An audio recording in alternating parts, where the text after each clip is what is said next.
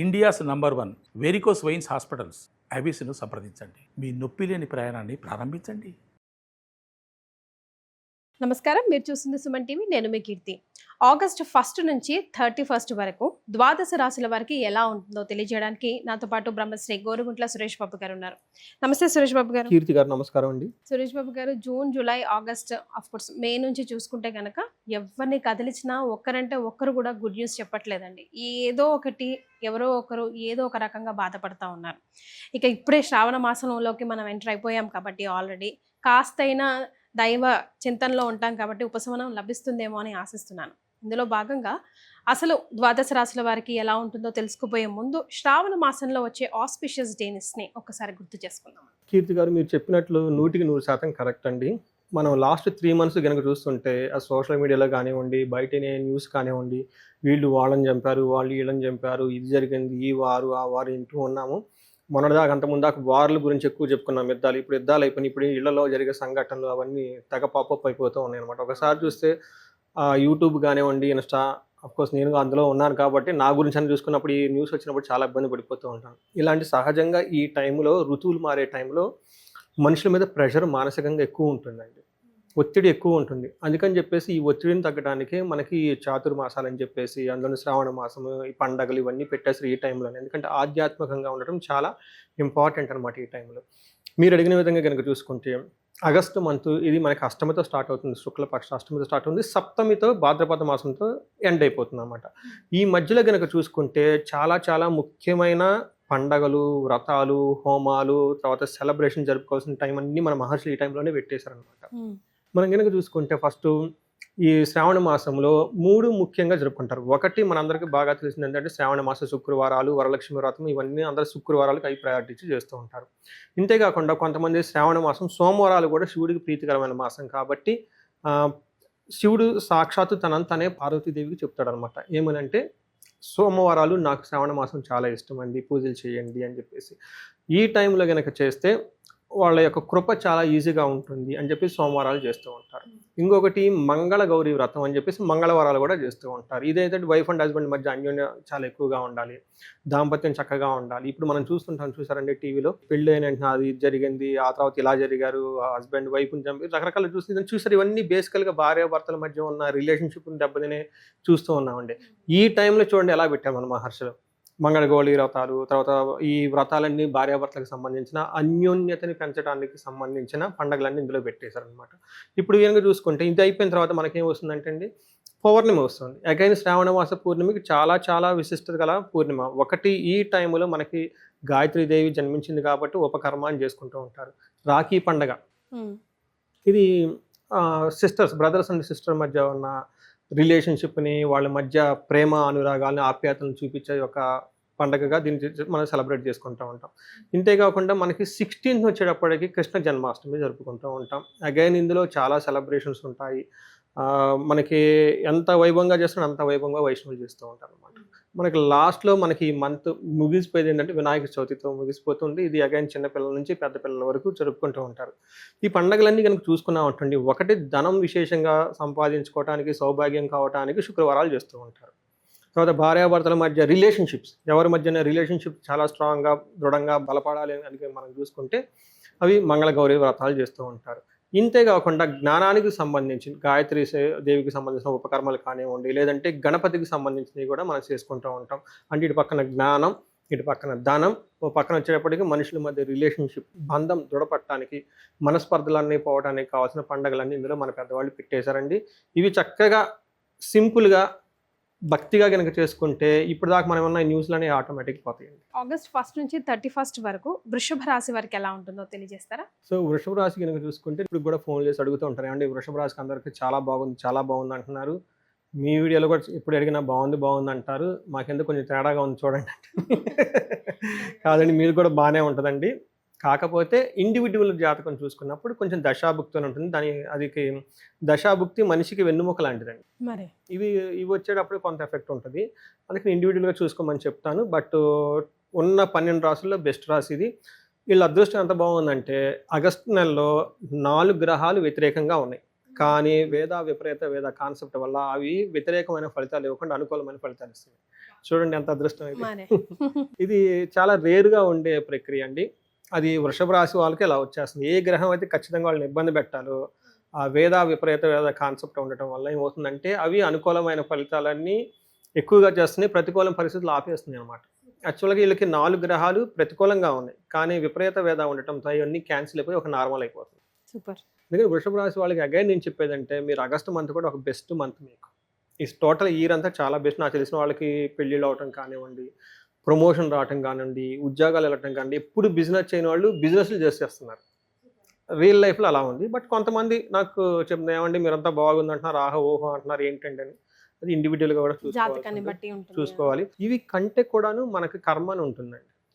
అది కొంత అది కూడా ఎఫెక్ట్ అవుతూ ఉంటుంది. అందుకని ఈ బెస్ట్ టైంలో మీకు సరిగా లేదంటే ఖచ్చితంగా ఒకసారి ఫోన్ చేయండి, జాతకం త్వరగా చెక్ చేయించుకోండి, పరిహారాలు చేసుకోండి. పరిహారాలు మనకి వేదాలలోనూ స్తోత్రాల్లోనూ అన్నీ ఉన్నాయండి, ఎన్నో ఉన్నాయి. మనం చేసుకోవాలి, తెలుసుకోవాలి, మన సమస్య ఏంటో కరెక్ట్గా ఫిక్స్ చేసి తెలుసుకొని ఈ పరిహారాలు చేసుకుంటే ఈజీగా బయటపడిపోతారండి. ఇబ్బందులు అనేది ఎవరు పడరు. నాకు తెలిసి పర్టికులర్ నా క్లయింట్స్ అయితే అంత సీరియస్గా ఉన్న వాళ్ళు కూడాను ఈ పరిహారాలన్నీ చేసుకున్న తర్వాత చాలా స్మూత్గా మంచి ఫీడ్బ్యాక్ ఇస్తూ ఉన్నారు. అది గ్రేట్నెస్ గోస్ టు అవర్ మహర్షిస్ అండి. దే ఆల్రెడీ గివెన్ అండి ఎవ్రీథింగ్, మనం జస్ట్ తెలుసుకోవాలంతే. ఎగ్జాక్ట్లీ. సో మనకి ఇందులో కృతిక 2, 3, 4 పాదాలు వస్తుందండి. రోహిణి 1, 2, 3, 4 పాదాలు, మృగశిర 1, 2 పాదం అంతా మనకి ఈ వృషభ రాశిలో ఉంటారు. పేరు బలం కనుక చూసుకుంటే వీళ్ళకి ఈ ఊ ఏ ఓ వా వి ఓ వే అన్న పేరు అక్షరాలంతా కూడాను ఇందులో ఉంటారండి. గ్రహస్థితి 4 గ్రహాలు మారుతున్నాయండి. ఒకటి ఆగస్టు 17 సూర్యుడు మారుతూ ఉన్నారనమాట. జూలై 26 వచ్చేటప్పటికి శుక్రుడు మిథున రాశిలోకి వెళ్తూ ఉన్నారు. 28 వచ్చేటప్పటికి కుజుడు కన్య రాశిలోకి వెళ్తూ ఉన్నారనమాట. ఈ యొక్క గ్రహస్థితిని బట్టి కనుక మనం చూసుకుంటే వీళ్ళకి వేదం విపరీత వేద కాన్సెప్ట్ తర్వాత అన్ని గ్రహాలు మంచిగా చేస్తున్నారు అనమాట. సూర్యుడు వీళ్ళకి అవమానాలు చేయాలి, కానీ అతను అవమానం చేయడం గౌరవం ఇస్తూ ఉన్నాడు అనమాట. తర్వాత కుజుడు వచ్చేటప్పటికి అర్ధనాశనం అంటే ధనాన్ని కోపట్టాలి, కానీ అన్ని ధనాన్ని ఇస్తూ ఉన్నాడు అనమాట. తర్వాత విత్త శుద్ధి, అగైన్ శుక్రుడు వచ్చేటప్పటికి విపరీతమైన ధనాన్ని ఇస్తూ ఉన్నారనమాట. ఒక రకంగా చెప్పుకోవాలంటే వీళ్ళకి చాలా చాలా మంచి రిజల్ట్స్ ఉన్నాయి. ఒక బెస్ట్ మంత్ అని మనం అనుకోవాలన్నమాట. వీళ్ళు చాలా లక్కీ పీపుల్ అని కూడా నేను అంటాను అనమాట. ఎందుకంటే ఏ గ్రహం కూడా వాళ్ళని ఇబ్బంది పెట్టట్లేదు, అన్లెస్ వాళ్ళ పర్సనల్ జాతకంలో చూస్తే తప్పక. బట్ గోచార అయితే చాలా బాగుందని చెప్పుకోవాలి. బట్ 4వ ఇంట్లో వీళ్ళకి సూర్యుడు ఉండి 10వ ఇంట్లో దృష్టి చూడటం వల్ల 4వ ఇంట్లో ఇవ్వాల్సిన నెగిటివ్ ఎఫెక్ట్స్ ఏమి ఇవ్వకుండా డైరెక్ట్గా మంచిగా చేస్తూ ఉన్నారన్నమాట. ఏ ప్రకారం బాగుంటుందంటే ప్రొఫెషన్లో కనుక చూస్తే చాలా బాగుంటుంది. ఖచ్చితంగా ప్రమోషన్స్ వస్తారు, వీళ్ళకి అప్రిషియేషన్స్ వస్తుంది. వీళ్ళు కనుక ఏదైనా కనుక చేయాలనుకుంటే ఆ పని అంతా చక్కగా చేసేస్తూ ఉంటారు. కొంతమందికి లైట్గా ప్రయాణాలు చేస్తే విఘ్నాలు వచ్చే అవకాశం ఎక్కువగా ఉంది. బట్ అది కూడా నెగ్లిజిబుల్, మీరు చేసుకోవచ్చు, అంత పెద్ద ఇబ్బంది పెట్టేదైతే ఏమీ లేదు. ఒక రకం చూసుకుంటే ఇంటి విషయాలు అన్ని విషయాలు చాలా స్మూత్గా నార్మల్గా వెళ్ళిపోతుంది. సూర్యుడు వీళ్ళకి చక్కగా మంచి చేస్తున్నాడని చెప్పుకోవాలి. ఓకే. మనకి కుజుడు కనుక చూసుకుంటే 5th హౌస్లో ఉండటం వల్ల ఏమవుతుందంటేనండి టయానికి భోజనం చేయకపోవటం, జనరల్గా ఏదైనా పని చేస్తే అందులో లాభం రాకపోవటము, తర్వాత ఇవన్నీ చెప్తూ ఉంటారు. కానీ వీళ్ళకి అదృష్టం బాగుండి అవేమీ వీళ్ళకి అనుభవంలోకి రావు. ఎలాంటి చెడు నెగిటివ్ రిజల్ట్స్ వీళ్ళకి అనుభవంలోకి రావు. బట్ 2 విషయాల్లో జాగ్రత్తగా ఉండాలి. ధనం విపరీతంగా ఖర్చు పెట్టే అవకాశం ఎక్కువగా ఉంటుంది, శరీరానికి గాయాలయ్యే అవకాశం ఎక్కువగా ఉంటుంది. ఇది ఒక్క విషయంలో కొంచెం జాగ్రత్తగా ఉండాలి. శుక్రుడు అగైన్ వీళ్ళకి ఆల్ రౌండ్ ప్రాస్పరిటీ ఇస్తున్నారండి. బెస్ట్ అందులో వీళ్ళకి లక్కీ మనకు వచ్చేది శ్రావణ మాసం. ఓకే, లక్ష్మీదేవికి సంబంధించిన మాసం. వీళ్ళకి శుక్రుడు ఇంకా బాగా యోగ్యతనిస్తున్నాడు. నాకు తెలిసి ఈ రాశి వాళ్ళు చక్కగా పండుగలన్నీ బ్రహ్మాండంగా జరుపుకుంటారండి, వైభవంగా జరుపుకుంటారు. లక్ష్మీదేవిని డైరెక్ట్గా ఇంటికి తీసుకొచ్చి కూర్చోబెట్టేసుకుంటారు. సూపర్. అబ్బాబ్బాబ్బా, అంతకన్నా అంత బాగుంది. వీళ్ళకి వీనస్ చాలా 2వ ఇంట్లో ఉండి 8వ ఇంట్లో దృష్టి చూడటం వల్ల 2 బెస్ట్ ప్లేసెస్ శుక్రుడికి అని చెప్తారనమాట. మనకేం చెప్తాడు, కుటుంబ సౌఖ్యం ఆరోగ్యం స్త్రీ సల్లాపం యశత్కరం అని చెప్తారు. దేహ సౌఖ్యం వస్త్రలాభం ద్వితీయ స్థానిగా శుక్ర అని చెప్తారు. ఈ టైంలో కుటుంబం అంతా సౌఖ్యంగా ఉంటారు, ఆరోగ్యంగా ఉంటారు.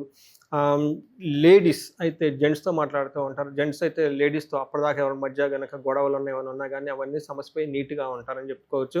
దేహం అంతా సౌఖ్యంగా ఉంటుంది, మంచి బట్టలన్నీ కట్టుకొని నీట్గా డిగ్నిటీగా ఉంటారు. దీనితో పాటు టయానికి మంచి ఫుడ్ తిని చక్కగా డబ్బు విషయంలో ఎక్కడా కాంప్రమైజ్ కాకుండా డబ్బు సంపాదించుకుంటారు. సూపర్.